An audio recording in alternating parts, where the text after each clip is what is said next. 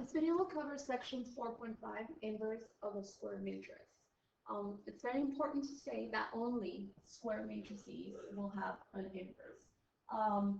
So when we say the word inverse, I don't want you to think opposite signs. So let me give you an example. So 2 and -2 are additive inverses of each other, because if you add one to the other, you will get the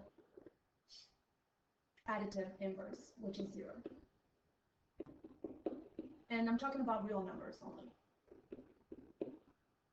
Not additive inverse, I'm sorry. Additive identity.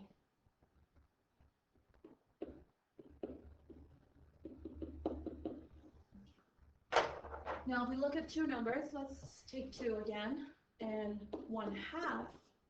Those two numbers are multiplicative inverses of each other.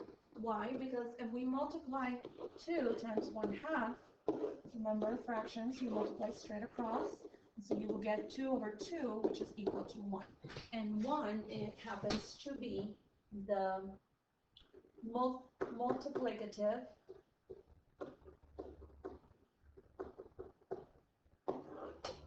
inverse.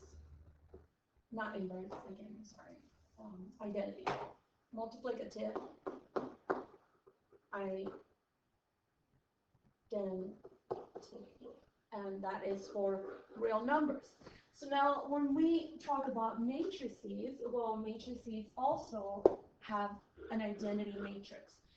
And more specifically, it's going to be of this type, the multiplicative identities. So the identity element for multiplication for the set of all square matrices of order n, meaning n by n, we don't know how many rows, how many columns, we just know they're the same. Either 2 rows, 2 columns, 3 rows, 3 columns, or so on.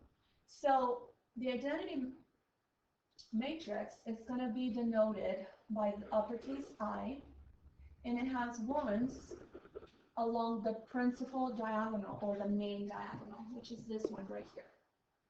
The one that goes from the top left to the bottom right. Upper left corner to the lower right corner. And so the zeros will be everywhere else. That is the identity matrix. So what happens here is that if you multiply, like we saw here, a number times its multiplicative inverse, you're going to get the multiplicative identity.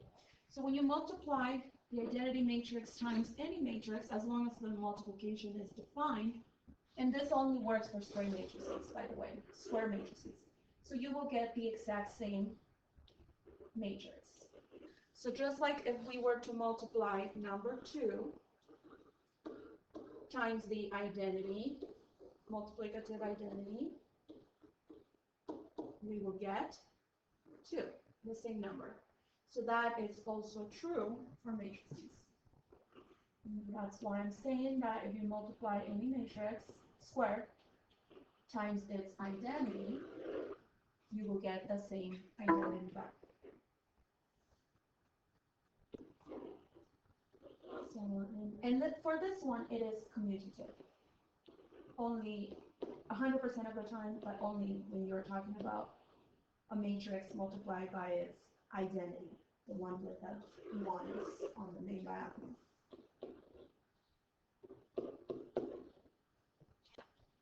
Now, what will happen if we try to multiply the ones here? Well, this is a 2 by 2, and this is a 2 row by 3 column. So yes, we could multiply it, and we are actually going to get the same. So let's see.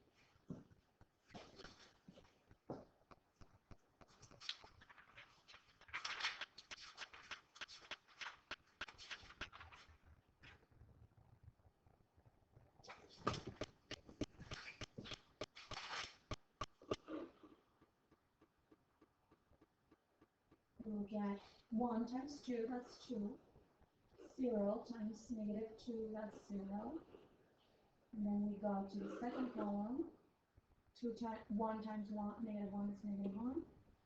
0 times 0 is 0. And then the third column, 1 times 3 is 3. 0 times 4 is 0. And then we move on to the second row. Second row, first column. That would be 0 times 2 is 0. 1 times negative 2 is negative 2. And then second column, 0 times negative 1 is 0. 1 times 0 is 0. And then third column, 0 times 3 is 0. 1 times 4 is 4. And so from here, we actually get the same matrix. So I'm going to correct myself. So this applies to all matrices as long as you can multiply them. If you multiply by its identity, then you will get the same matrix back. And so let's see if this one is possible. So this will be a 2-row, 3-column. And this is a 3-row, 3-column. So again, it is doable because these two numbers match.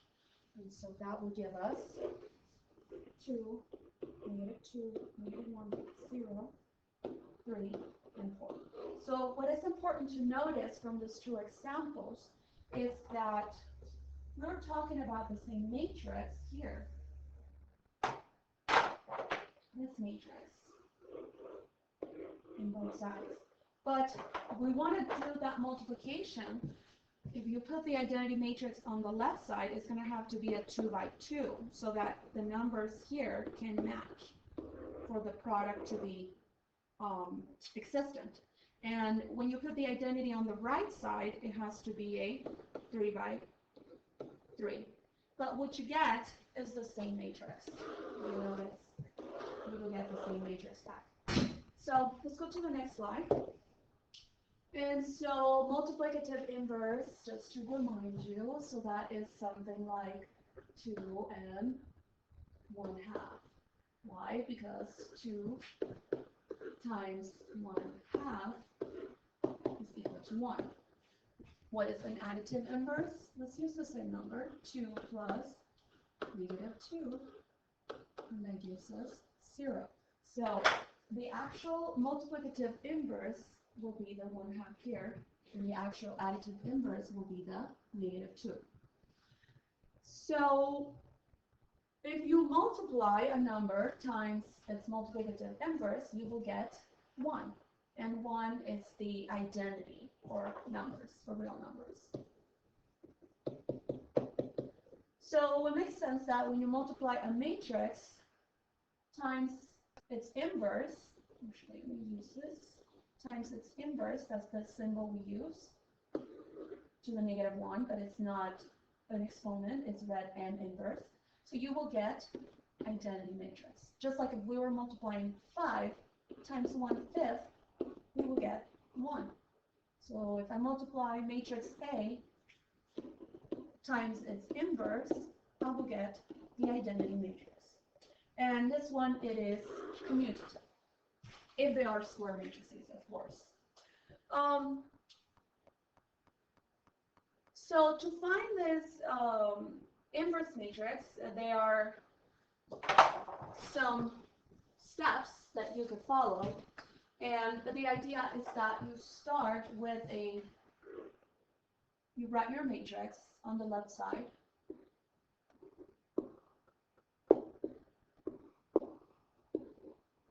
You write the identity matrix on the right. For this one will be at 3 by 3.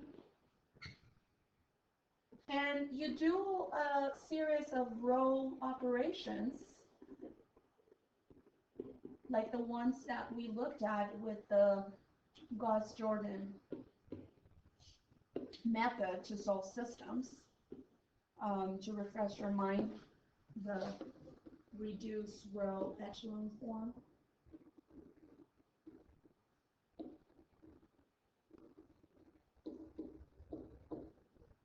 And so with that, after doing all those steps, your goal is to end up with the identity matrix on the left side, and then all the numbers that result here on the right side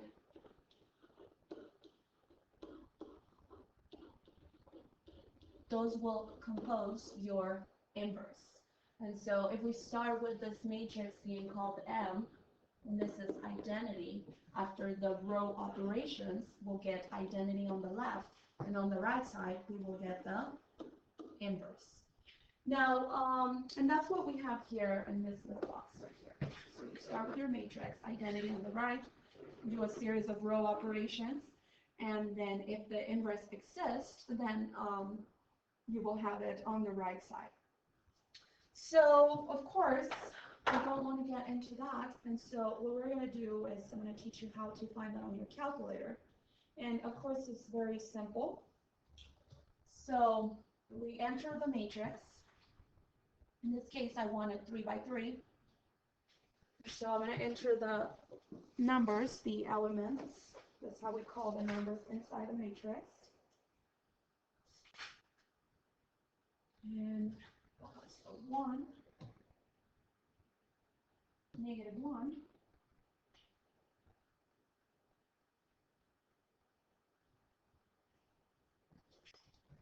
to make sure that's 1. Oh, yes. 1, negative 1, and then we have a 1. Oops, that's an 11, so I have to correct that. 1. And then we will have a 0, 2, negative 1. Remember to use the little negative, and we'll do number 3. We have a 3. That should be a 2, actually. 2, and then a 2, and then a 3, and then a 0. And so what I'm going to do is exit out of the matrix, and then I'm going to use the symbol for exponent, the caret symbol. So it's going to turn red on my screen, that one. And then I'm going to enter the exponent, like as if it was an exponent, negative 1, but I have to use the little negative, the one below number 3, negative 1. And then I will press enter, and that's it. That's the inverse.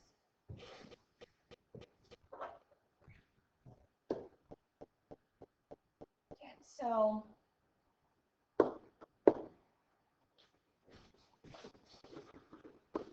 the inverse of this particular matrix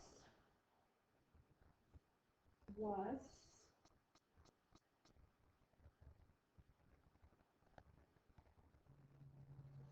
3, 3, negative 1, negative 2, negative 2, 1, negative 4, negative 5, and 2.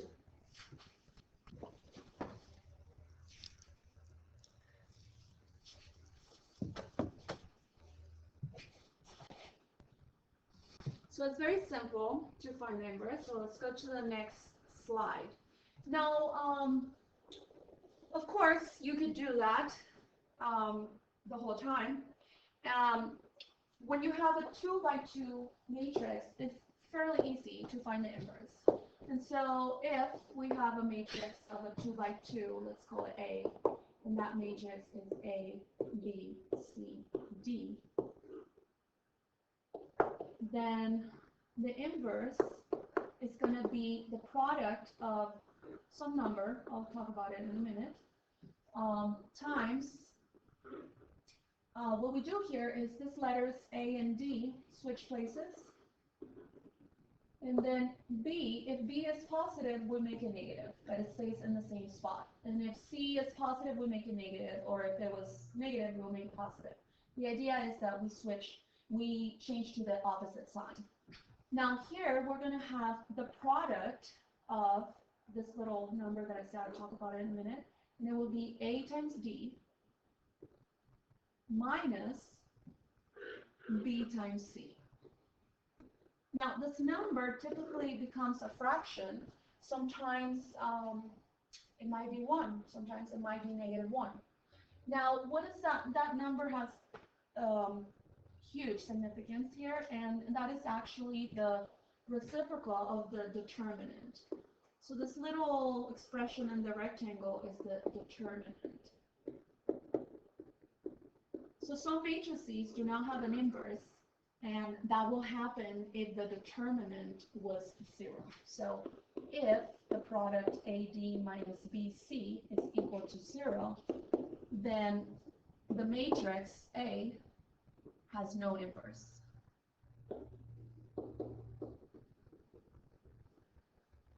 Why? Well, because you have to multiply by 1 over the determinant. And so if you are multiplying by something 1 over 0, you're multiplying by an undefined quantity. So let's see if this matrix here will have an inverse. So we try to find let's find that determinant. So it's going to be 1. The determinant is not 1 over. The determinant is actually just the product AD minus BC. So if we multiply 4 times 2, and then we subtract -6 times -1. And so that will give me 1 over 4 times 2 is 8. And here we're going to have minus -6 times -1 is +6. But this minus is coming from here. So 8 over -6 is 2. So we have that the determinant is actually 2. But we're going to be using the 1/2 to find the inverse. And so the inverse, it will look like this.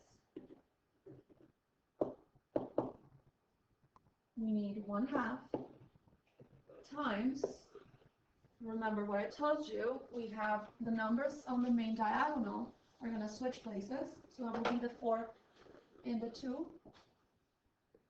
And then the numbers that are here and here will switch to its opposite sign. So the -1 becomes +1. The -6 becomes +6.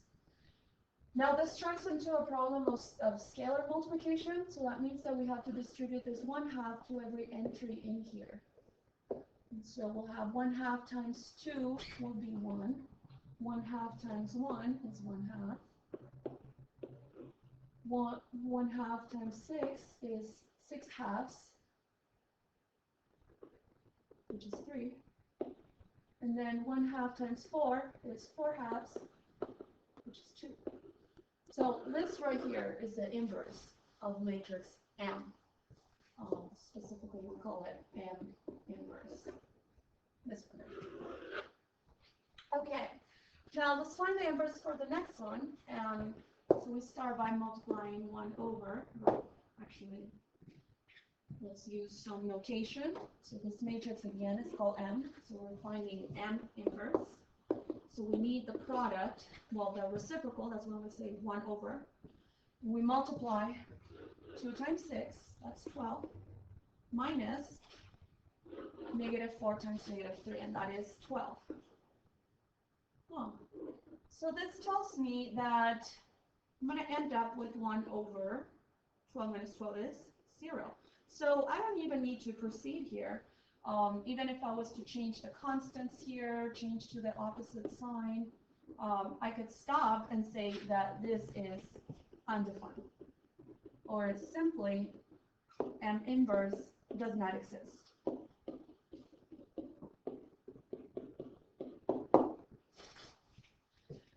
What happens when you try to find the inverse on the calculator? Well, I already showed you, you use the exponent, and if a matrix has no inverse, the calculator will give you an error message, and it might say singular matrix. So what does it mean to be singular? So singular matrices are square matrices that do not have an inverse. That's what we call singular matrices. Okay, so a very nice application of matrices and inverses is cryptography, or coding and decoding of messages. This was actually of big use in World War II, and that's how Germany was defeated, actually, thanks to a lot of smart mathematicians who worked on decoding their machine called Enigma, which was a way for them to send secret messages. So what we do here is we assigned a number to each letter. And the numbers are very self-explanatory. So we start with a blank space, because if you're sending a message, of course, you want to have spaces in between the letters. So that would be a 0.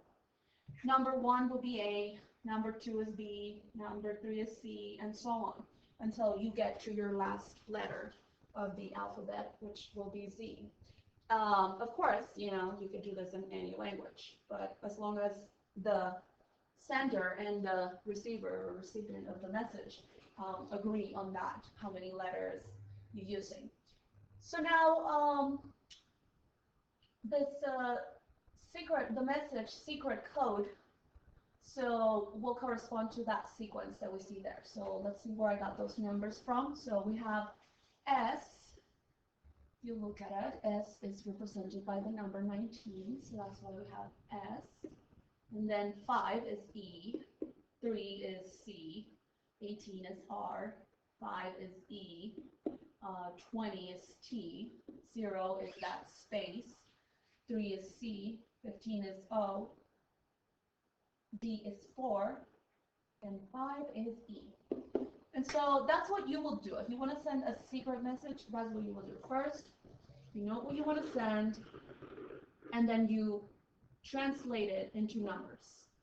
That's it. So now this is what we called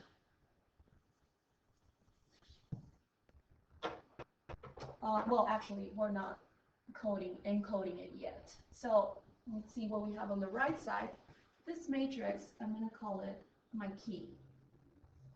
And so what I'm going to do is first, if I was to send that message to someone, I mean, maybe they could figure out that that has the pattern of the alphabet and figure out that 19 is S, 5 is E, and so on.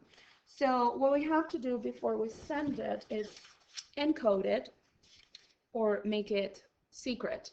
And so for us to do that, we're actually going to multiply the encoding matrix, the key. Well, actually, let's just call it encoding matrix. The key will be the other one. So we're going to multiply that times the message that we want to encode.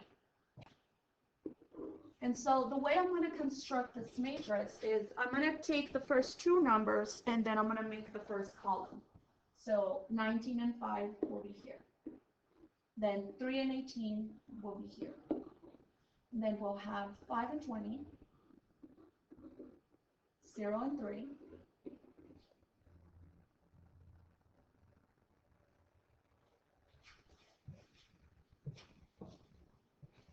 15 and 4, and then we'll just have 5. So I cannot perform this multiplication, so I'm going to have to fill out the space with a 0. And 0 is just a space. Now, why did I decide to put the encoding matrix on the left side? Well, I kind of have to because this is a 2 by 2, and this is a 2 by, how many columns? 1, 2, 3, 4, 5, 6 by 6. So if I was to reverse the order, I will be multiplying a 2 by 6 by a 2 by 2, and so that will be undefined, right? Because those two are not the same. So that's why the encoding matrix must be on the left. Okay, so after multiplying those, and we're just going to assume that we put them on the calculator. And so after getting that, I get this. I mean, after multiplying them on the calculator, I get the following.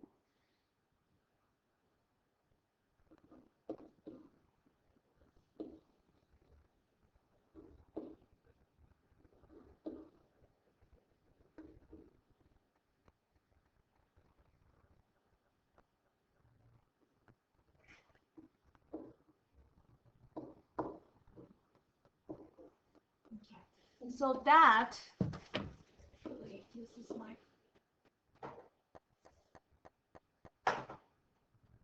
encoding. And this one is actually my secret message. Now, if someone was to receive this, someone I don't want him to know my secrets, they could just look at them, and I mean, I don't see any pattern. First of all, there is no alphabet that has 91 letters. Well, I take it back, maybe there is. But I see no pattern. There's no like repetitive numbers like 5 in the case of E, the letter E. So that will be what you send to your recipient.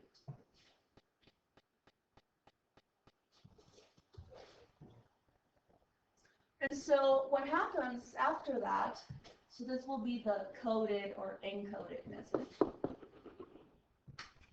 So that message will be decoded simply by putting it back into matrix form. So by saying that this is what we mean, we put it back in matrix form like that. And then we're going to multiply by the decoding matrix. That decoding matrix is nothing but the inverse. Decoding matrix is the inverse of the encoding matrix.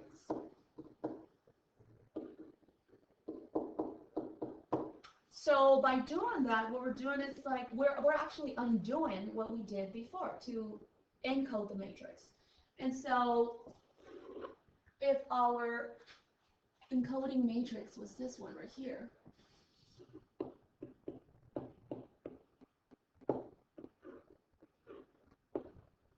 encoding, and of course the sender and the recipient have to agree on this code. And actually, this is just a little bit of history. This was the biggest issue with Germany, that the mathematicians that were working to crack the code, they were not aware, well, eventually they became aware, that they were changing this key daily. And that's why it didn't matter how many hours, how hard they worked, if they were changing the key, every work that they did, by the next day, it was just a waste of time, pretty much. So if you were to find the inverse of that matrix, and you multiply that inverse times this one, you will actually get the original message. So let's see how this works. Okay, so we already know how to encode or code a message, multiply by the matrix. So now what we're going to do is decode this one. So we're going to see what's the secret here. So we start by, and if you notice, it says that it was encoded with the matrix A. Shown next. Okay, I'm going to have to check my book. Okay, yeah, so we're missing that matrix. Let me write that for you. And that matrix is actually going to be a 3 by 3. So 1, 1, 1, 2, 1, 2, 2, 3, 1. Okay, so we're going to need that, and we're actually going to have to multiply the inverse of that. Remember, this is the encoding, so the inverse will be the decoding. So we're going to have to create a matrix now, because what, since our key or encoding decoding is a 3 by 3, we're going to have to use 3 rows here. So let's see, we start by taking the first 3 numbers, so 46, 84, 85, then the next 3. We go down by column,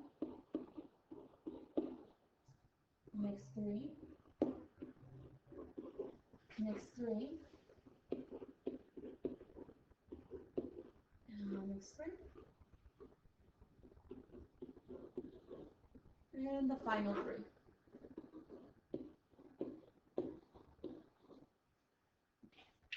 Okay, so now the question is, what is the inverse matrix of A? And so what we're going to do, well, first I'm going to clear my screen here.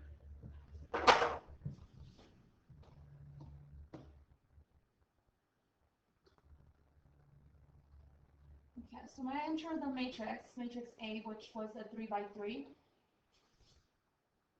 and that was given to us, 1, 1, 1, and then we need 2, 1, 2, our row is 2, 3, and 1. Okay, and so what we could do is get the matrix, the inverse. So remember, we use the exponent symbol, caret, and then negative 1. So we get that. And then from there, we could actually just multiply it, our previous answer. That one, that's what it says here. We could multiply it by the other one. Or actually, you could do it easier. I'm going to do the following. So I'm going to copy that one. And so even before pressing enter to find the inverse, you could just leave it like that. Make sure you're out of the exponent to give you notice. And then you will use your multiplication symbol, and then you will enter the other matrix. In this case, we had a 3 by 6. So 3 rows, 6 columns. And so that will be a pretty long one to enter. Let's do that. So 46. And remember, and on the calculator, if I just press tab, it would take me row by row. So make sure you don't confuse your rows with your columns. I would suggest that first, before you enter it on the calculator, you actually write it down so you know what you're entering.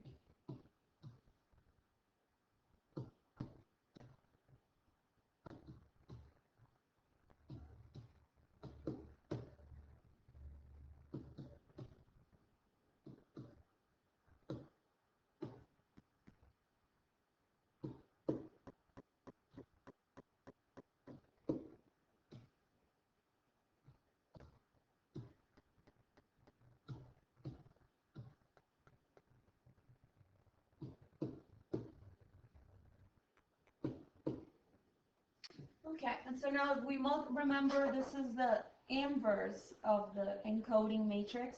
So now we could call it our decoding matrix, and this was our coded or encoded message. So after we multiply this, we're going to decode it. So that would be what we get. Okay, and so this one right here, that is our message. And so of course, now we have to translate it to letters.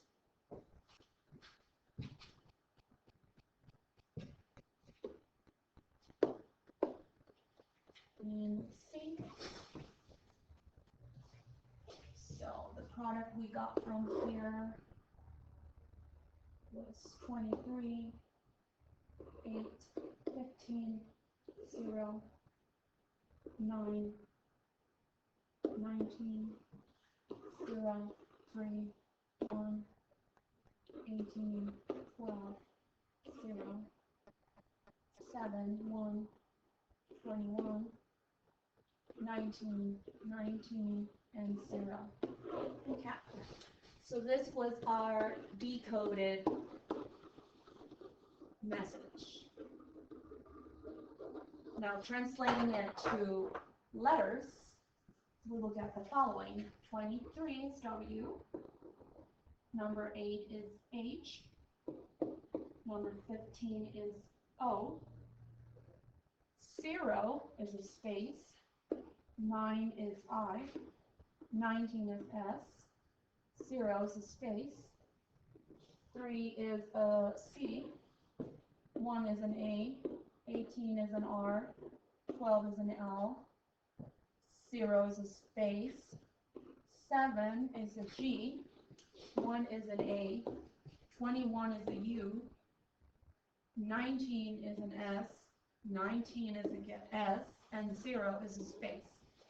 So the message is, who is Carl Gauss?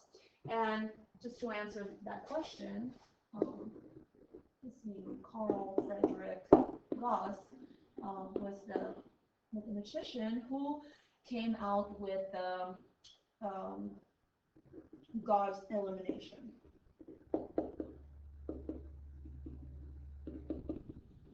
And then he got together with this other mathematician with the last name Jordan. I cannot remember his first name right now.